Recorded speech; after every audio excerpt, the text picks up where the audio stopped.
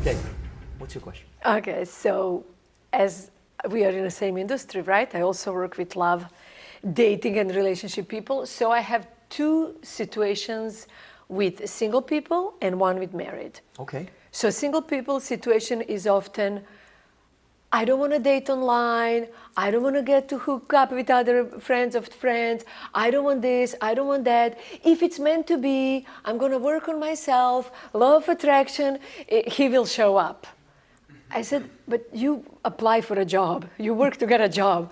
Sometimes we need to put in the word, no, if it's meant to be, my grand auntie got somebody from blah, blah, blah. And that fantasy of law of attraction will automatically just present a man of my dreams to me. Mm-hmm. And so the question is, how do you... Yeah, how do you deal with that? Because I have my ways and they still are just stuck. He will show up at my door. I love that. And so obviously from one dating professional to another, I like sharing these advice. It's great. And what's your channel in case anyone wanted to find you? Yeah, HelenaSummer.com. HelenaSummer.com. I love that. All right. So one of the things that I love about working with clients that have these esoteric, magical views of love is I'll say to them, what is love? And I'll get them to answer and tell me what they believe love is.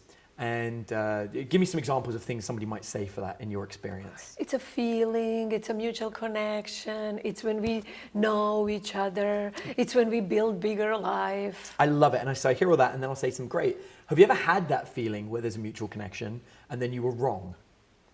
And they'll say, well, yeah. Yes. And I'll be like, okay, cool. Have you ever had that feeling with somebody and then that feeling went away? And they're like, yes, okay. And so we'll have this whole discussion. And what I'll do is I'll dissect their concept of love until they get to a point where they'll say to me, okay, I don't know what love is, which is much more accurate, that they haven't got a clue. And then once I've got them to that point, I'm like, okay, great. And I'll say, now I just want to confirm, if you knew what love was and you knew how to make it work, would we even be here? And they'll be like, well, no, I wouldn't be hiring you. I'm like, great. I said, because the first thing we've got to work out is which one of us is the expert. Because sitting here right now, one of us is a student and the other one is an expert on love. I'll say it to my student. And I'll say, and I just want to confirm which one you are. And the student's like, well, I'm the student. I'm like, great. This is wonderful. We're doing really good here. I was like, so now we've ascertained this.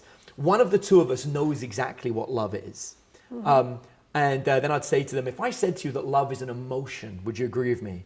And they go, yeah, it's an emotion. I'm like, no, it isn't. There are actually only a number of emotions. They've all been defined. Love isn't one of them. We've got surprise, anger, disgust, happiness. We know what the emotions are. Psychologists identified it, but it's not love either.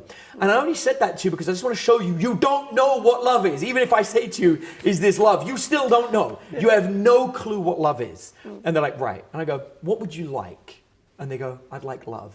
And I was like, okay, can you imagine trying to find a chocolate cheesecake, but you've never seen a chocolate cheesecake and you don't know what it looks like, and you don't know what it tastes like? It would be very hard to find this thing if you didn't know what it is. And they'll be like, yeah. I'm like, all right, great. Well, the law of attraction will bring you what you put out there into the world.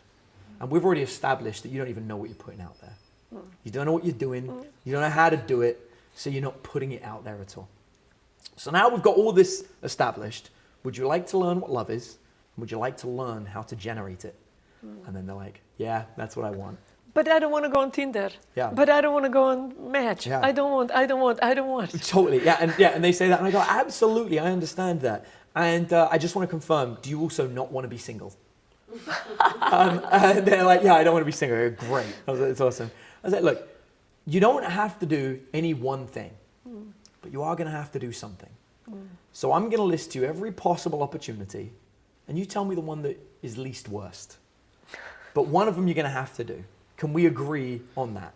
So I'll say, like, it's imagine if you wanted to lose 20 pounds, but you're like, but I don't want to go on a diet, and I don't want to work out, and I don't want to leave my sofa, and I don't want to give up ice cream. I'm like, well, one of these things is going to have to happen at least. Probably all of them, but at least one. And so, again, what's really important here, and I'm trying to show, is I don't go into coaching until they're coachable. And I'll spend the first however many sessions I need to get them coachable. And it's fascinating. I love it. Like, somebody will hire me for a session and we'll go through the whole session and they're like, wait, you haven't taught me anything yet. I was like, oh, I've taught you a lot. I was like, right now, I've taught you how to be coachable. And then when we get into what love is, then I'll define love. And I'll say to them, as far as anyone can tell, love is a chemical known as oxytocin. and oxytocin gets generated in a number of different ways. And if you're interested, I'll teach you how to generate them in yourself and in other people. And then people will have these misconceptions and they'll be like, well, you know, I can't love two people at once and I don't know what to do. And I'm like, it's fascinating that you can't love two people at once when you consider the amount of marriages where people are cheating on people and they say they're still in love with their partner and they're in love with this other person. Or the amount of people that have two pets and yet they're not willing to sacrifice either one of them, right? Like, no, we absolutely can love multiple people. Yeah. And more importantly, if I hooked you up to any kind of device like an EEG where I could read your brain scan, I could even see the love based on the increase in oxytocin. This isn't a magical thing. We can read it. We can hook you up to a computer and see oxytocin and see that when you say you experience love, your oxytocin levels are higher. This is not magic. This is science, and we know it. And so once I'll go through that, then I'll say to them, do you know how to generate oxytocin? And they'll say no. I say, well, oxytocin is generated through good conversation, laughter, touch, and sex. And breastfeeding. And breastfeeding, exactly. Well, yes, and which comes under touch, but yes. And also a woman gets flooded with it when she gives birth, except in situations when she doesn't, which often causes the complications where they don't feel a connection with their child, right? And so I'll teach them all this, I'll explain it all to them, and then I'll say, I don't care how you want to have good conversations with people. If you don't want Tinder, that's fine. If you don't want Match, also fine. If you don't want any of these things, also fine. But I would like you to tell me how you're going to get into good conversations with people you might be attracted to without any of these things. And then sometimes I'll say, well, I could meet them at the coffee shop. No, if I work on myself, he will show up. Right, and then I say to them, that's absolutely fine. Because I love that I'm getting all the objections you've ever had. Just get like a list of them. Yeah. It's great. No, because I'm so pretty, he should just show up. Yeah, absolutely. That's the whole sick idea. Yeah, which is great. And I say to them, absolutely, someone will show up. But it won't necessarily be the one you want. It will be the predator who is hunting for the beautiful, pretty girl, and that's the person that's going to come along. Yeah. And say, and is that what you want? And they'll be like, well, no. And I'll be like, well, describe what you want. And then they will, and then I'll give them the harsh reality check. I'm like, okay, that person, do they have other options? And are those other options maybe younger than you? Are they maybe more compliant than you? Are they maybe offering more than you? And or maybe they're easier to access. Right, exactly. And then they suddenly go, oh. I'm like, right, you got to compete somehow. So how do we want to compete? And I make it about them owning their process. And I find that by arming them with the information and then getting them to own it, it becomes a lot easier. And I'll work with people. I meet people that like, I don't want to do online dating. That's absolutely fine. And we'll find an alternate situation. But the goal is always the same. Let them meet a lot of people and have good conversations. Yeah. And then they can still select. They can still pick and choose. And we have many methods of doing it, obviously. But we'll often find that sometimes people will be okay with online dating if the goal isn't to date someone and it's to practice having conversations. And you can shift practice around from how do I meet someone to practice rejecting people.